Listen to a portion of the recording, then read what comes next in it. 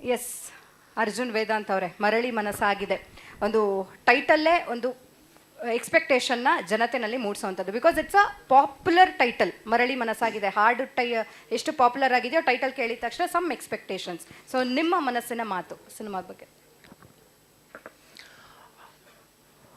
Already ಒಂದು serial ಕೂಡ ಇದೆ, ಮರಳಿ ಮನಸ್ಸಾಗಿದೆ ಅಂತ, ಗೊತ್ತಿರ್ಬೋದು. ಓಕೆ, ಸುಮಾರು 3.5 ವರ್ಷ ಆದಮೇಲೆ ಎಲ್ಲ ಮಾಧ್ಯಮ ಮಿತ್ರರನ್ನ ಮತ್ತೆ ಒಂದು ಕನ್ನಡ ಸಿನಿಮಾದ ಮೂಲಕ, ನನ್ನ ಮರಳಿ ಮನಸ್ಸಾಗಿ ಚಿತ್ರದ ಮೂಲಕ ಮತ್ತೆ ಭೇಟಿ ಮಾಡ್ತಾ ಇದ್ದೀನಿ ನಿಮ್ಮನ್ನು. ತುಂಬ ಥ್ಯಾಂಕ್ಸ್ ಬಂದಿದ್ದಕ್ಕೆ.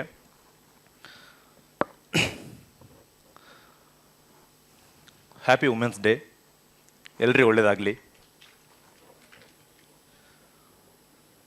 ಎಲ್ಲಿಂದ ಶುರು ಮಾಡಬೇಕಂತ ಗೊತ್ತಾಗ್ತಿಲ್ಲ. ಓಕೆ, ಫಸ್ಟ್ ಆಫ್ ಆಲ್ ಇವತ್ತಿನ ಕನ್ನಡ ಸಿನಿಮಾ ರಂಗದಲ್ಲಿ ಒಂದು ಸಿನಿಮಾ ಮಾಡೋಕ್ಕೆ ಒಬ್ಬರು ನಿರ್ಮಾಪಕರು ಮುಂದೆ ಬರೋದಂದರೆ, ಅಥವಾ ಒಬ್ಬರು ಡೈರೆಕ್ಟ್ರಿಗೆ ಒಬ್ಬರು ನಿರ್ಮಾಪಕರನ್ನ ಮುಂದೆ ಕರ್ಕೊಬಂದು ಸಿನಿಮಾ ಮಾಡಿಸೋದಂದರೆ ತುಂಬ ಒಂದು ಚಾಲೆಂಜಿಂಗ್ ಅಂತಲೇ ಹೇಳ್ಬೋದು.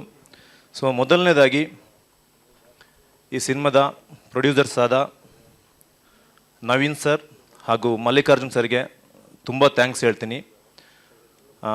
ಈ ಒಂದು ಕಥೆನ ನಂಬಿ ನಿರ್ಮಾಣವನ್ನು ಮಾಡ್ತಿರೋದಕ್ಕೆ, ಅದೇ ರೀತಿ ಒಂದು ಸಿನಿಮಾನ ಶೂಟಿಂಗ್ ಮಾಡಿ ಅದನ್ನು ಎಂಡುವರೆಗೆ ಕರ್ಕೊಂಬರೋದು ಒಂದು ಹೆಜ್ಜೆ ಆದರೆ, ನೆಕ್ಸ್ಟ್ ಸ್ಟೆಪ್ ಅಂದರೆ ಪ್ರಮೋಷನ್. ದೊಡ್ಡ ಬೆಟ್ಟ ಅದು, ಇವಾಗಿನ ಪ್ರೆಸೆಂಟ್ ಸಿಚುವೇಷನಲ್ಲಿ ತುಂಬ ದೊಡ್ಡ ಬೆಟ್ಟ. ಅದನ್ನು ಕರ್ಕೊಂಡು ಹೋಗ್ಬೇಕಂದ್ರೆ ಮತ್ತೆ ತುಂಬ ಎಫರ್ಟ್ ಇರುತ್ತೆ. ಅದಕ್ಕೆ ನಮ್ಮ ನಿರ್ಮಾಪಕರು ಬೆನ್ನೆಲುಬಿಗೆ ನಿಂತಿದ್ದಾರೆ. ನಾನು ತುಂಬ ಡಿಮಾಂಡ್ಸ್ ಇಡ್ತಾ ಇರ್ತೀನಿ ಅವ್ರ ಹತ್ರ, ಸರ್ ಹಿಂಗೆ ಮಾಡಬೇಕು, ಈ ಥರ ಮಾಡಬೇಕು ಅಂತ. ಸೊ ಪ್ಲ್ಯಾನಿಂಗ್ಗಳು ಆಗ್ತಾಯಿದೆ. ಖಂಡಿತ ಒಂದು ಕರ್ನಾಟಕದ ಮೂಲೆ ಮೂಲೆಗೂ ಮರಳಿ ಮನಸ್ಸಾಗಿದೆ ಚಿತ್ರ ರೀಚ್ ಆಗುತ್ತೆ.